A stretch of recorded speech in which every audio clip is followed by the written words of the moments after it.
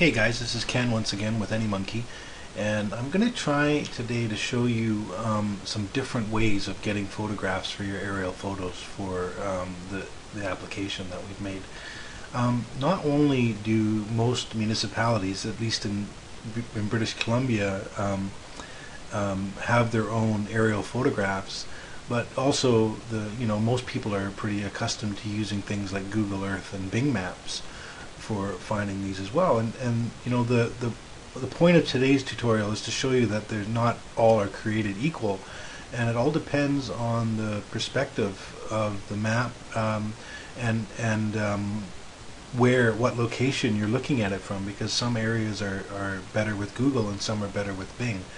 So I'm going to give you a perfect example here right now. Is I've got an address that I've added to Google Earth and to Bing, and I want to show you what the difference is. So I've got the address. It's on Victoria. It's on Bridge Street in Victoria, British Columbia. And I'm going to go down and I'm going to search down here. And I'm going to go down and have a look now at this address. And it's this building right here. And as you can see, the photograph looks quite old, as you can see, and it's mostly in black and white. And as I scroll down, you can see that it doesn't really, the way the picture looks distorts quite horribly, and you can't really pick out any clear edges. So it would be very tough for you to give an accurate estimate based on this picture here. So again, I'm always looking for different ways from different areas to find where I can get the best photographs from. And I checked, and Victoria, interestingly enough, doesn't have their own orthophoto section. So I'm limited to what I'm able to use to do my estimating. But fortunately for me, I did a Bing search, and I was able to find the address on Bing instead. And you're going to be quite surprised when you see the difference when I show it to you here.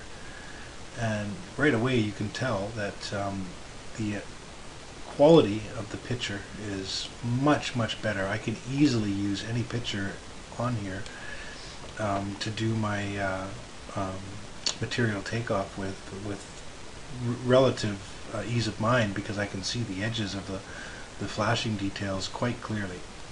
So definitely don't, if you don't find something looking on Google and you think that there's nothing out there for you, make sure that you're trying to use all the different options available before you give up.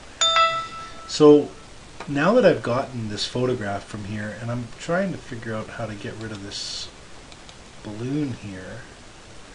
Let me see if I can do this again.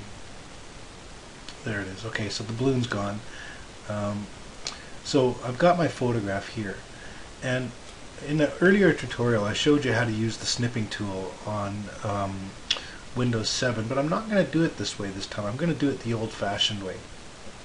And the old-fashioned way, and this works on all versions of Windows basically, is you want to do something called print screen.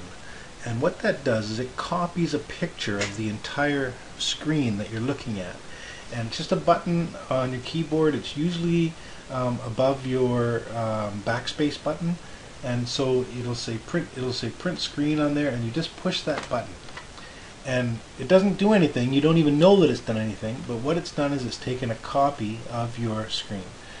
Now, with all versions of Windows, they have a piece of software in it called Microsoft Paint. And what I did was I put Paint here on my taskbar so that I could get at it easily enough. But you can also get to it from going Start, All Programs, Accessories, and Paint is right here. So you can click on Paint and open it up. Now, what you do once you're here is you go, I'm sorry, it's been a while since I've used this. You can go Control V. And what that does, Control V means paste. So what you're doing is you're pasting this image. It looks like your screen you were just looking at. You can paste the image to there. You can see at the bottom of my screen here, it's kind of doubled up because one of them is real and one of them is just a picture of it. So now what I do is I want to crop the area that I'm looking at. So I select the crop tool up here, and I highlight that area right there. And then I push the crop tool again, and it actually makes a picture for me just of that area, which I can save. And I can go File, Save As.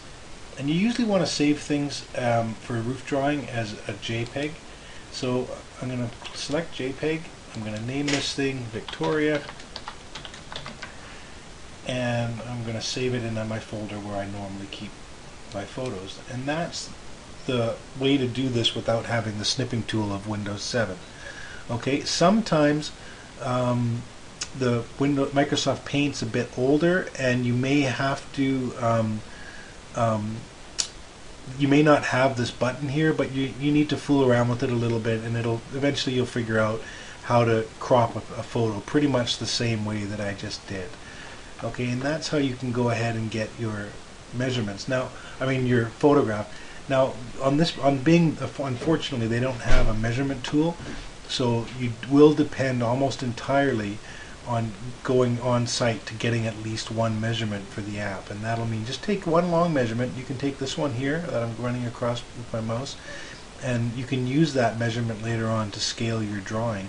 You can take a guess for now. You could actually draw this with your app before you leave the office, and then when you get to the site, you can change that measurement that you've made, and it will rescale your drawing for you.